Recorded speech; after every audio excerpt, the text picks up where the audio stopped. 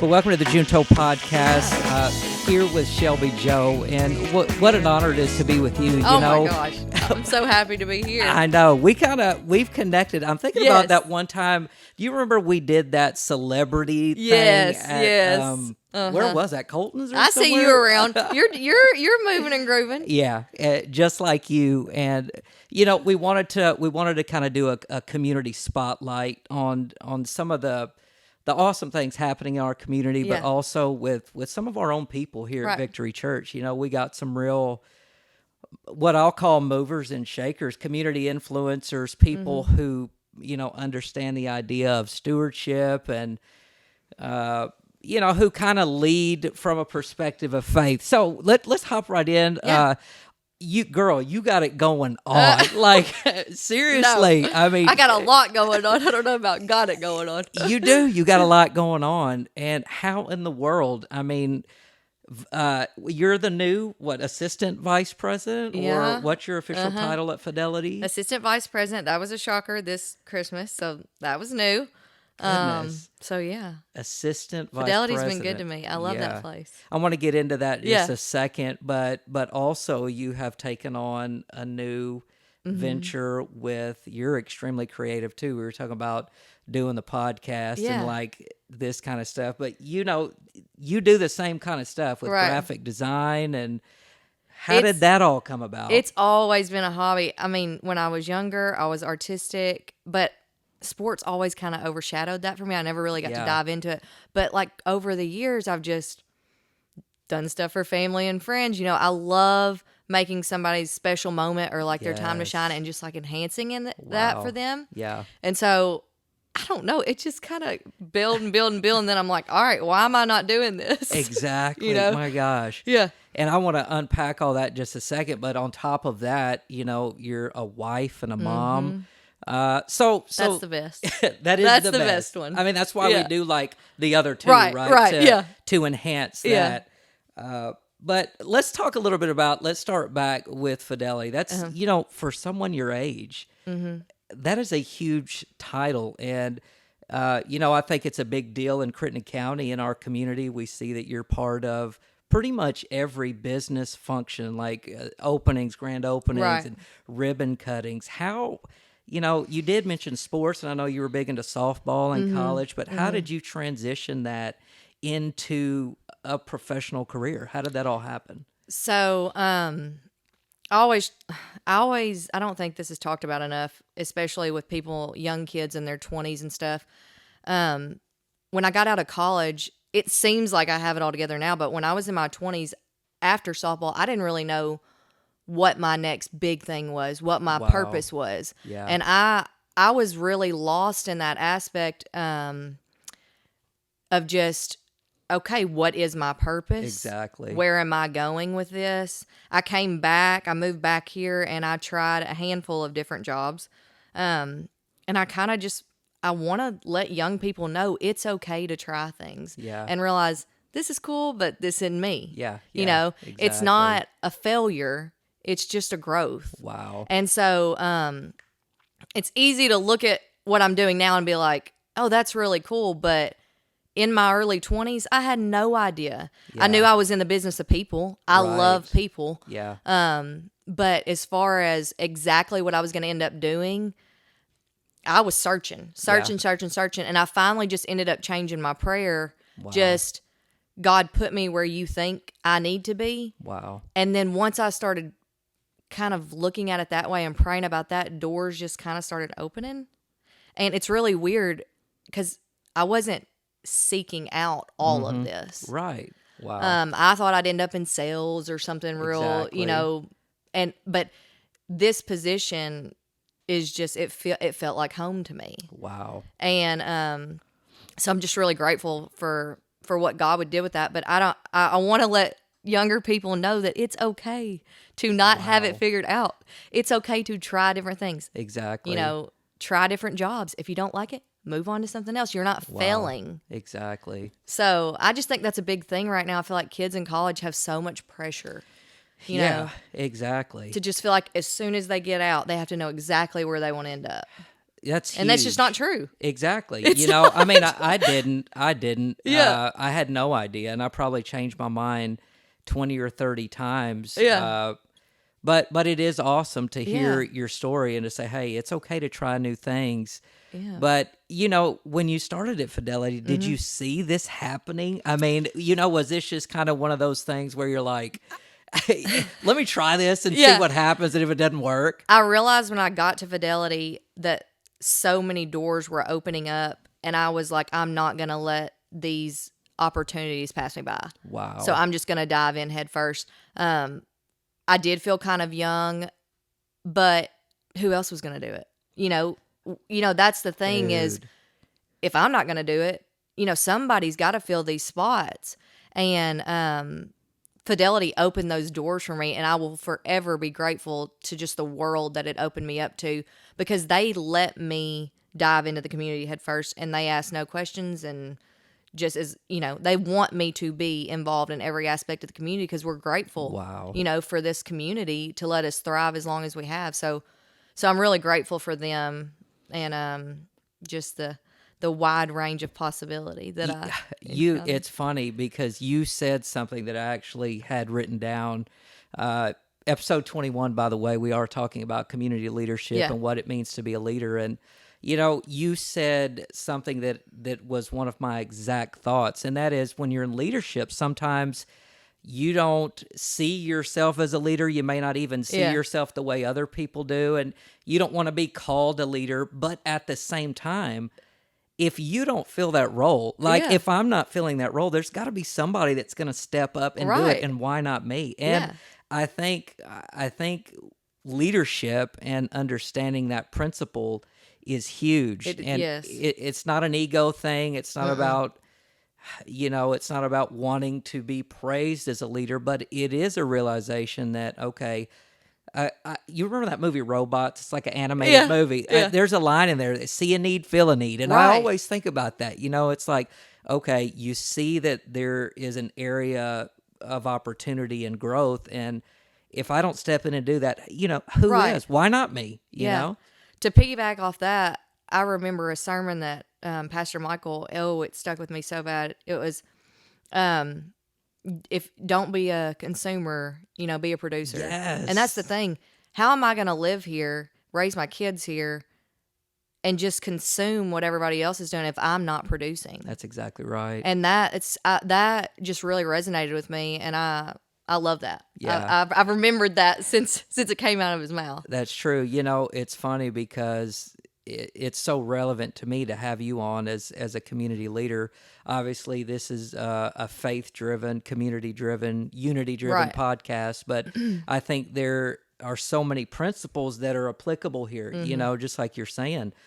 This idea of being a producer and not a consumer only, it's a spiritual concept. You want to be a producer, not only in the kingdom of God, but what does that look like for me just as a citizen, in my own community? Yeah. So that, absolutely, man, that is huge. And I couldn't agree more. And, that takes me to the next thing. We talked, or I want to talk, I guess, a little bit about your new venture. I know you've been active with Fidelity, and recently you've started, I guess it's graphic design. And I didn't want to limit it to that because it's really what I love doing is just, I love making people feel special. I love enhancing their special moments. So businesses opening, birthdays, weddings, anything like that. I just want to give it the spotlight and the professionalism that it deserves, because I feel like if you present yourself, especially in today's world, with a really pretty digital way, it just gives it that final push, It's nuts because I am the exact same way. Like, I will design a graphic for every little thing. But, I feel like for me, like, that's the first impression that somebody's going to have about. I don't want someone to lose their moment. Yes. Because, somebody doesn't really get what they're doing. Exactly. So that was my drive behind that, is just simply, I want to help people get the attention they deserve. Yeah, that's awesome too, because it's not something anybody can do. I call it, having the eye. And let's Right. be honest, not everybody has the eye to Yeah. do this kind of stuff. We all but have different eyes for different things. for different things, and Yeah. that's okay. That's the way God made us, Yeah. But it's so true. I always go back to thinking about, when I see a catchy graphic or something, like it piques. I hate to say it, but it piques my interest. It Yes. makes me want a little Yes. more. Uh-huh. And I'll be the first one. Like, if the graphic doesn't look good, I'll be like, Yeah. no, not even going to. And I hate to be that way. We're moving on. We're moving. The event could be good, but if it's not represented like Right. it's good, you lose interest. And I Yeah. think it's so relevant in today's world, especially because we're very visual now with social media, all these different social media platforms, and even in church. Oh, y'all's graphics are beautiful. That's one of the things that I love most about the church. Not, that's not that important, but I love sitting there and just seeing the graphics and just the visuals of it. It just enhances it. It enhances it. We So, work I'm hard. impressed. Thank you. impressed. That's good to hear. Yeah. We work hard at that, and we feel like this is somebody's first impression of victory. Right. Before they ever walk through that door, they may see us online first. Right. They Or may- Facebook. Your Facebook is Yes. amazing, and that reaches so many people. I mean, I love seeing the passages y'all post on Facebook and those little short snippets of sermons Yeah. can really wrap somebody in. I just think it's awesome that y'all do that. So Yeah. I'm impressed with y'all's digital Well, good. That's good to appearance. hear. We try. Our goal is to kind of step things up. But Yeah. for we use what we have, and I think that's another key point. If you're out there, or I guess advice to somebody that might watch this, start with what you have. Oh. I put out a tweet the other day, and it said something about, look, starting with what you have is better than not starting at all. Right. You know what I mean? Like, Right. I think so many times we don't even try, or we don't even start because we feel like, well, I don't have this, or I don't have. Start with what you got. That's so good. That's really good. Start with what you got. I like that. Yeah. Because I've never really thought about it that way. You always hear there's never really a good time. There's always going to be something. You can make all kinds of excuses. That's it. A lot of people have these little dreams, that they're like, one day I'll do that, one day. Yes. And you just got to start with what you got. It's so like, that's look, good. this is that one day. Yeah. You know what I'm saying? So awesome stuff. How does all of that for you? Because I know that, I know what it takes for us to do what we do here at the church, and I know you've got your irons in the fires. How do you manage all that with home, and two boys? I know. It's insane. Two wild boys. I got girls, so I don't know nothing about boys, So but probably the next level. Yeah, I don't know. I think it's easier to manage a lot when you know what your motivation is and you know what your drive is. Yeah. So for me, it's not an end goal. I don't really have an end goal in mind. I don't really have an end goal of where all this is leading. My motivation is I just want to make people's lives better. So I'm just trying to find different aspects of the community where I can assist and dive in, but I don't really know where that's going to lead. Yeah, yeah. But I know that my motivation is, my dad always says, when you do the right things for the right reasons, neat stuff happens. Man. And that's just kind of how I'm trying to go about it, is not so much, where's all this going to get me? Because I don't know where this is leading. I really don't. I do not know where all of this is leading. I just know that I want to set an example for my kids that bloom where you're planted. Man. One of my biggest pet peeves is people complaining about this area. And I always say, if you don't love Crittenden County, you ain't doing it right. Come on. Because here's the thing. I love the people. I love the land. I love... there are amazing people here doing really amazing God-driven things. Yeah. And you just have to open your eyes and see it. And I just want to be like, if you're not producing and you're just consuming, Come on. then why are Yes. you complaining? Why are you complaining? There's so many beautiful things here, and people are so negative that they just won't open their eyes. I know. And what you're hitting on really for me is like the idea of stewardship. You know what I'm saying? Right. Like, it's like, man, God gives you something, take care of it. Right. You know what I mean? Steward the community that you're a part of. Yes. Steward the blessings that God gives you. And Right. and I see you doing that. That's why I think it's important that we highlight the people that are what I call difference makers. It's one thing to talk about things. We get people that come to us all the time and be like, well, you guys should do this at the church. We'll be like, absolutely. You want to lead it? Exactly. You want to do it? I love you it. want to help us? Yeah. And there's I a love it. principle. I think it's called the Pareto principle. You might be familiar with that, but it says that 20% of the people do 80% of the work. Exactly. You know what I'm saying? Like Yeah. you have the same a few people that are running the show, and we do need people to step up. And I agree. I hear people say that all the time. It's like, well, we're in Crittenden County. Yeah. Look around. There's so much potential my here, gosh. untapped. Yes, untapped potential. And it's like, bloom where you're planted. Yes. You're obviously here for a reason. Instead of pouting, Yes. roll up your sleeves and find a way to, give back to the place that you're living. I wish that people could see what people like you and myself, we see in this place. Yeah. Because it's a beautiful place. You just got to open your eyes. It's home, man. Yeah. And it's so diverse, too. You have people from all walks of life and different communities. And, there's just a lot to offer here. And maybe one day, people will catch the vision. Yeah. But amazing stuff you're doing in the community. Thank you. I appreciate it. There's some universal principles of leadership that kind of carry over regardless of the profession. And I want to talk about some attributes of a leader real quick. So in your eyes, what are some characteristics in your mind when you think of a leader or leadership? What are some things that come to mind? What are some attributes that you think of? Oh, there's a lot of different types of leaders. That's true.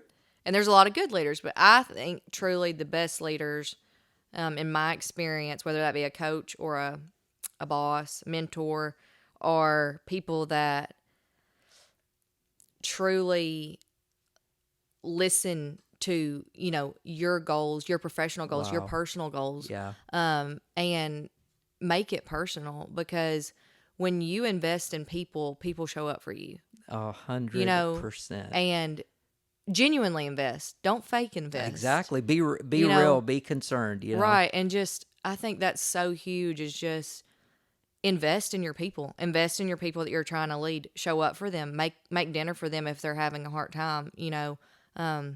Don't just take what they're giving you. Yeah.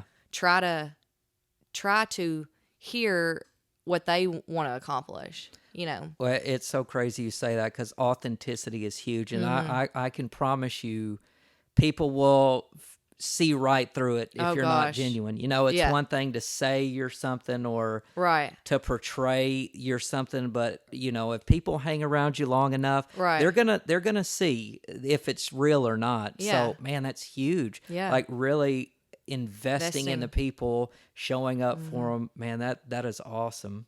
Yeah. Got goosebumps here just thinking about that. That's so cool. What else? What else do you think about? What do you? Oh gosh, I know. I'm okay. like putting you on the spot here. And I think it's always easy to think that your ideas are the best. Wow. When you're so passionate about something. But I think that's a big one, is just the best leaders welcome other ideas. Wow. And welcome somebody who's collaborating with you. Don't, speak over them. Let them bring their idea to the table. Wow. And then come together with that. I think the best leaders, I heard a quote the other day, and it's like, if you're in a room and you're the smartest one there, you need to go to another room. Wow. And that's the thing, is just, hang around other people who have good ideas. Yeah. And then that's when really cool stuff happens. You don't want to be the one in the room with everything going on, all the ideas, all the, you don't want that. That's so good. And golly, I think man, you're just saying some really good stuff, but it's true. I think sometimes leaders think, maybe young leaders think that they have to be the one that has everything going on, but that's the thing. A good leader knows how to pull and not use people, but utilize people's talents, strengths, other people's and talents. talents. Yes, for the vision, whether Right. it's an organization or a church, whatever it is. So that is powerful. And I think a good leader doesn't have the ego. A good leader is confident enough and secure enough to understand, okay, wait a minute, these people, this is why I'm successful. Right. It's not because of me, but it's about the team that I'm building. Man, so that's awesome. That's powerful. Just a mentality of like, I think our culture, I think our generation, there's pros and cons to our generation. We all know that. As there are all. One really profound thing that I think our generation is doing is really setting boundaries on work-life balance. Wow. Which is huge. I think it's huge. Goodness, I want whatever job I'm in, whatever project I'm on, the most important thing to me at the end of the day is to go home and put my phone away and be with my kids and cook dinner. And when you can find an environment where that's welcomed, where a leader allows you to have that personal life aside of your professional life, that's when things really start to jive. So I think that's another good one. It's just leaders that allow you were not put on this earth by God to, work yourself in the grave. Yeah. We were put on this earth to build relationships and help others and grow. And so when you can find something that you can have those balance out, that's a true leader. Yeah, 100%. We stress the idea of community all the time. Like we were made to be in community, and that is huge. I mean, a good leader understands that. And I think, from a leadership standpoint, if you really want to maximize your team and take things to the next level, you have to have that understanding, what I mean? And you have to genuinely care about people. Yes. So that's huge. And some leaders don't. Oh, I know. Some leaders, I don't know if we call them that, but and I've had my share of those. Which is a good segue into the next. So what are some challenges or maybe what do you find most difficult in some cases about being a leader? Okay, so challenges that come with leading for myself, right? Yes, is that where we're going with this? Okay, sure. Okay, I would say a big one is, that work, that balance. For sure. Sometimes when I get so passionate about things, I get consumed in it. And that's a hard one for me, just to be able to, put it away. Yes. And then truly remember that I would not even be in that situation at all without, the direction of God, without 100%. God placed me in that position. So are there times, yes, I mean, honestly, where at night I could work more or I could read my devotional. Yeah. Am I tempted to work a little more, but I that's hard, just super pulling yourself hard. back in and being like, no, that's really not number one. Yeah. But when you're passionate about things, sometimes it's hard to lay it down. I'm the same way because like a lot of what I do, video editing, yes, I can sit on the couch hours. And just sit there and do it. And I'm like, man, so it is like finding that balance and being able to turn that off. It's like hard, you know what I mean? And, Heather, she's like that too. So it's like, man, where do we go from here? We both. So that is very tough. That's one of the things that I've dealt with myself. And maybe you've had this experience or not. I don't know. But one of the things I've dealt with, not that I'm this big leader or anything, but certainly within the realm of the Pastor church. Jeremy, come on. Toot your horn a little bit. Toot your own horn a little bit. No, I'm kidding. Sometimes dealing with expectations, whether that's expectations that I've put on myself or the expectations of others. How do you manage that? Is that something you even deal with or? Expectations. Oh gosh. Yes. So that's huge for athletes, especially. Wow. I used to put just this enormous amount of pressure on not to be perfect for anybody else, but to be perfect for myself. Wow. And that I have had to work. That has been, that's a huge flaw of mine, is something I've had to really work at. And I finally feel like I'm a place in my life where, those expectations they're silly. Gotcha. I mean, they're just silly. Yeah.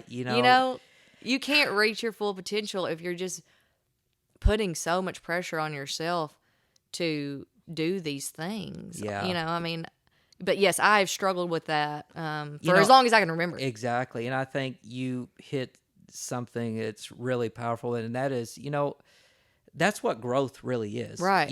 When you're I guess when you're young and ambitious, and maybe it's not even a young thing, but I feel like as you take on that leadership and as God is working in your life and you're maturing, that's when you see that growth happen. Yeah. And you have that light bulb and you're like, wait a minute, okay, I had some unrealistic expectations Right. and I tried my best to meet those, but I always take things back to faith. And even sometimes we can beat ourselves up spiritually, Yes. thinking I'm not good enough, or man, I'm not living a life. Oh, yeah. But taking it back to God's grace and goodness, Oh my gosh, and yeah. Christ, God loves me, And accepting who you are. Yes. That's so huge. And I don't think you quite grasp it until you get older. exactly. I'm impressed if there are younger people. There are a handful, but I'm Right. impressed when there are younger people that just fully accept themselves. Exactly. Because that's a hard thing to do. It's it super is. hard.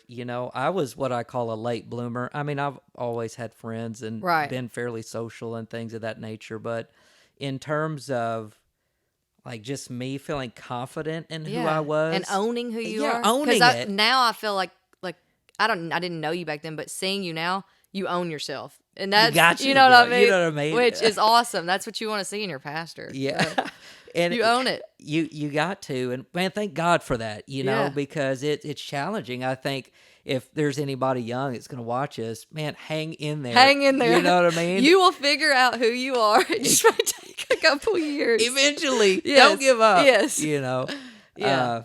Man, that's awesome, Shelby. Yeah. It's so honestly inspiring talking to you and hearing your journey and seeing everything that God is doing in your life. And what I love most, maybe not most, but one of the things that is awesome is that, you still are a woman of faith. Oh, 100%. And talk to me, how has your faith played a role in your success, I guess, so to speak, or your Right. career, So I know it's kind of crazy to think about, because when I was at Ole Miss, if you would have told me that, when I was 30, that I would be in Crittenden County working at Fidelity Bank, really planning roots here, I would have probably told you were crazy. Assistant VP Right. girl. You know what I'm saying? Like, But I just had this whole other vision for my life. I wanted to be a sports broadcaster. I wanted to, go all across and travel and have these big jobs. And the thing is that when I started, like I said earlier, changing my prayer, because I wasn't attaining that. Yeah. I wasn't getting there. right. And I think there comes a point in your mid-20s where you're like, okay, am I going to pout about it? Yeah. Or am I going to see what's going on? What am I here for? Exactly. And I started praying, put me where you want me. Put me where you want me. And I promise I'll roll up my sleeves and I'll get to work.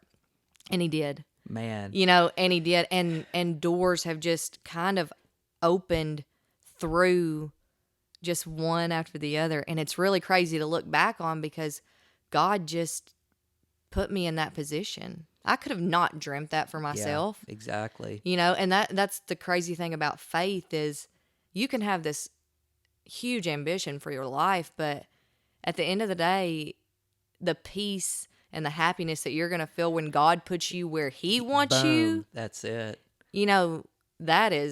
there's no peace like that.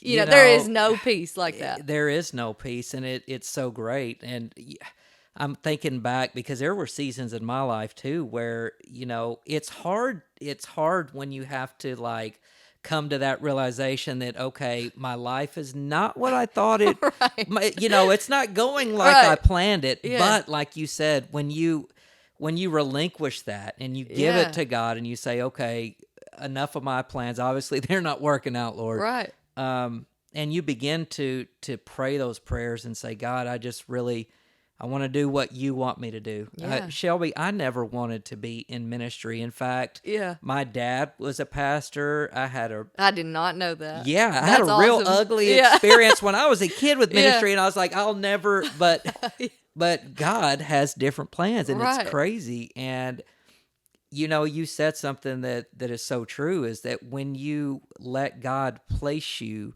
Yeah. in where He wants you, you have so much peace, and then you really feel like you're living your purpose. You do. I feel like there's so many people that are just out there lost. They have good jobs and stuff, but they don't feel like they have a purpose. Right. And it makes a difference when you're like, man, I know that everything I have is because of God. I know that I'm operating where He wants me. And it, from a mental, emotional, physical standpoint, all of it, it matters. It makes a difference. I do want to say something about purpose, because I do feel like too people get discouraged. You don't have to have this huge purpose. Exactly. God's purpose is enough, whether that be, you don't have to have these big job titles, and you don't have to have, success and money. True peaceful purpose to me is just blooming where you're planted. Yes. Affecting those that are around you, and growing in faith with yourself, growing in faith with others, giving to others. That's purpose. And it is. I think people get discouraged because they think purpose has to be huge. Right. Like I have to be a huge best-selling author or an actress, but those don't bring a lot of times peaceful purpose. Exactly. A lot of times peaceful purpose is more when you lay down at night and okay, I'm right where I'm meant to be. Man. And so that, I don't want people to think just because I've got these positions and I've got a lot of things going on right now that it's not the success that fulfills my purpose. Exactly. It's that I know I'm doing what I'm supposed to be doing. So I think that's hard for younger kids too in their 20s, just to know that you don't have to have this huge elaborate purpose. Exactly. And I think younger people, they're chasing position, not purpose. You know what I mean? Fame. And they're chasing that. Views. Yeah. TikTok views. Come on. And a lot of them get TikTok viral. famous If or you're whatever. viral, you think that's going to bring you purpose and peace, but it's not. Yeah, exactly. You may have a TikTok go viral, something, but at the end of the day, you could still be empty on the inside, no matter how many views you're getting. Yeah. So I couldn't agree more. Blooming where you're planted, letting God use you, doing things that matter, that will uplift others, that will encourage others. And man, at the end of the night, when you lay your head down, you're just like, okay, thank you, God. You can do that with peace.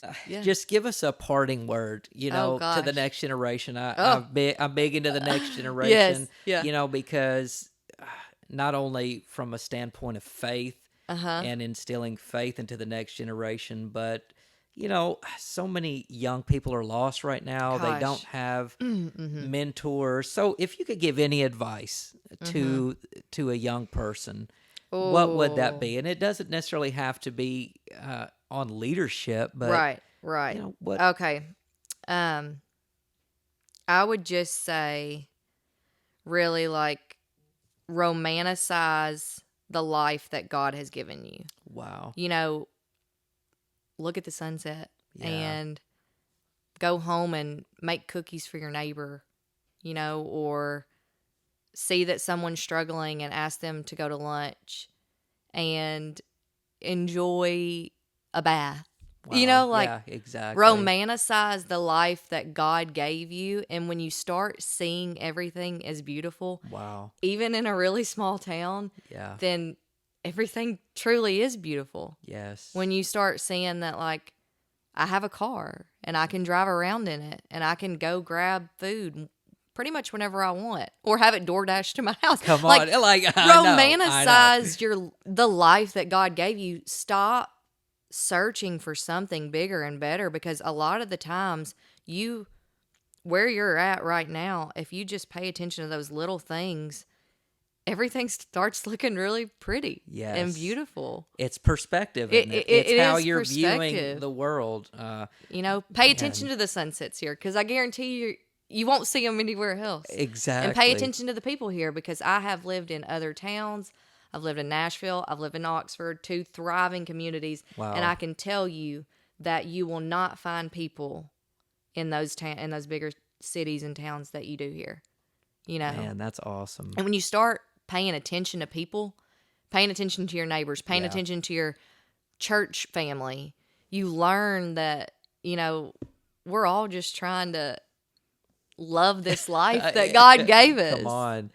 Dang. You know? So that would be my last, you know, final thing, is just romanticize the life that God gave you. There's so much beauty in it. Man, awesome. Awesome. You heard that, young people, romanticize it. You know, thank God.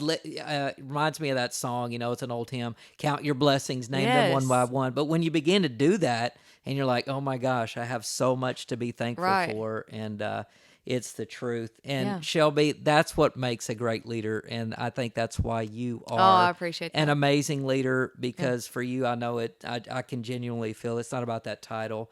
But I'll also say, too, it's because of your perspective and your motivation and your intent. That's why God is blessing the mess out of you. So keep doing what you're doing. I appreciate that. You as well. You're making credit count. I am just so grateful, honestly, to be a part of this church. It is special, and you can feel it. Awesome. And I try to spread the word as much as I can, because I have never felt the presence like I do here. Wow. So I just want to commend y'all, because the love that is felt here, it puts you at peace. Perfect. So awesome. Y'all do a great job. For that job. word of encouragement. Really appreciate it. Yeah. Guys, Shelby Jo, go check her out. Use her awesome graphic design. We'll put a link to her Facebook page. You got a website? No, just Facebook right now. That's all you need. Yeah. I mean, my gosh. Yeah. So yeah.